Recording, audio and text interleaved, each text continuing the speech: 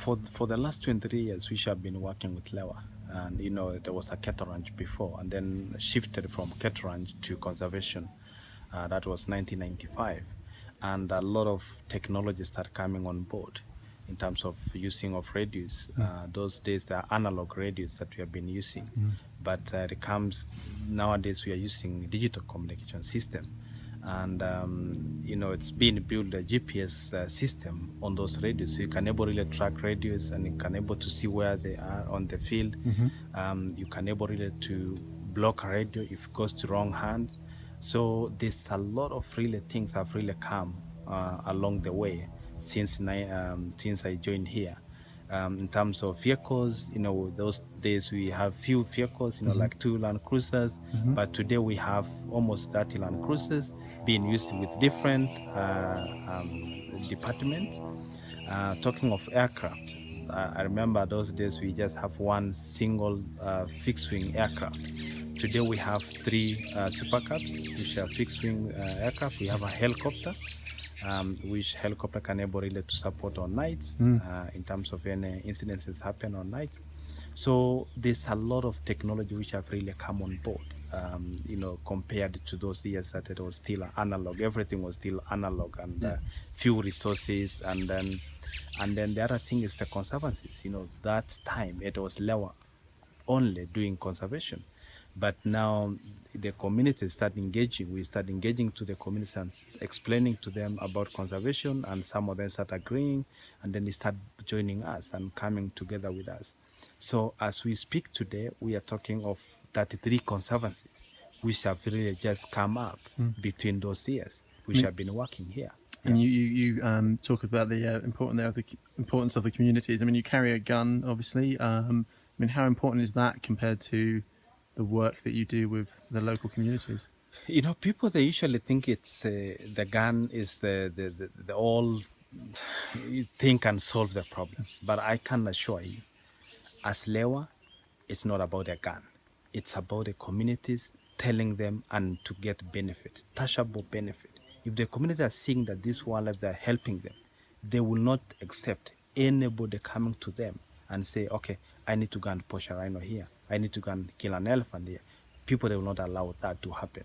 But, yes, we need to have weapons. People are carrying weapons, but it's not really to go because we can't able to manage our management in terms of conservation, in terms of things. It's just one of the tools. It's just like a radio.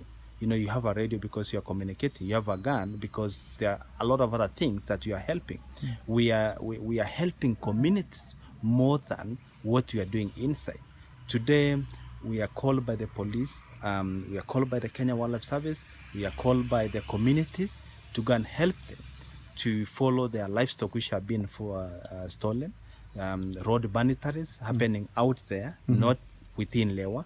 So those are areas that you need now to go there. You are armed, you are following people who are armed. So, those where now you're using a gun. But coming back to Lewa, the people around Lewa, in our perimeter, they know our job. They have seen the benefit they are getting from communities, from Lewa, and in terms of livelihood, in terms of water projects, in terms of schools. We have 21 schools. We have bursaries, more than 400 bursaries. So there's a lot that really people they are getting. And that is the thing that make people to make sure they stop any pushing or anybody coming there through them to try and come and push and give us information. Guys, there's some people here who are suspicious. There are some people who really asking us these kind of questions. They want to know where the rhinos are. So we say our communities, our neighboring communities, they are first defense line. That is our first defense line. And we must make sure that we strong them. We give them support. We support them in all projects that we want to give them, schools and everything. And that will help us, wildlife which are inside Lewa, to be protected. So you're not talking of a firearm. You're not talking of a gun, a weapon. You are cunning. You're talking of a community supporting them, and the community to make sure that the wildlife, they are not being pushed. And how have the poachers adapted and evolved over the years from what you've seen, to both sort of broadly speaking and also perhaps in reaction to the efforts you've made to engage the community? You know, the pushes, probably, I know maybe people that are talking different areas, different pushing in different countries. Talking of South Africa, which I've had, from different people talking of people using helicopters, pushing, and things like that. But here in Kenya, it's not yet there. Um, so using helicopters, no, we don't have that. So we believe if we make sure that the communities are happy with conservation, they are seeing the benefit, tangible benefit, nobody will penetrate through communities to us. So that's why we are engaging communities to be part of the team that protecting wildlife. And in terms of looking why the poachers or why the poaching have really increased for the years. Sometimes back there in 70s and 80s, there was a lot of black rhinos in this country. There were more than 20,000 black rhinos in this country. But they were being pushed to less than 300 in early 80s.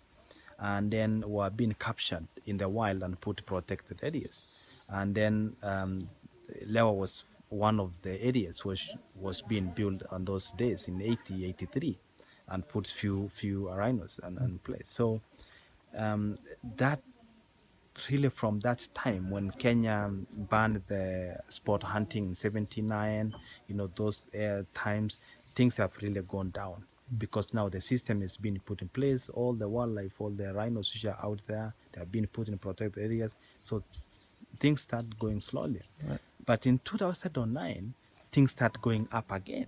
The poaching start increasing again. And why? Because the money, the market is there. When the market is ready there and people that are demanding, people that are asking, everyone, people that are after money. You remember, these communities living there, they are living below the dollar. So for somebody to make sure that the kids, they are in school, they are feeding, they are clothing, everything, you need to have money. So if somebody approach you and say, I'll give you $100, you will just say, yes, give it me. I'll do that job. So those are the things that we have looked as Lewa, and we say we make sure that Lewa will do differently things. We will try not to use a gun, not to use fighting with guns and fighting. Let's try to bring communities on board and make sure that the communities, they are happy with what is and they are benefiting. And that's just the only way you can protect the wildlife. And we have seen it. Since that I time, think we'll have to step. Sorry.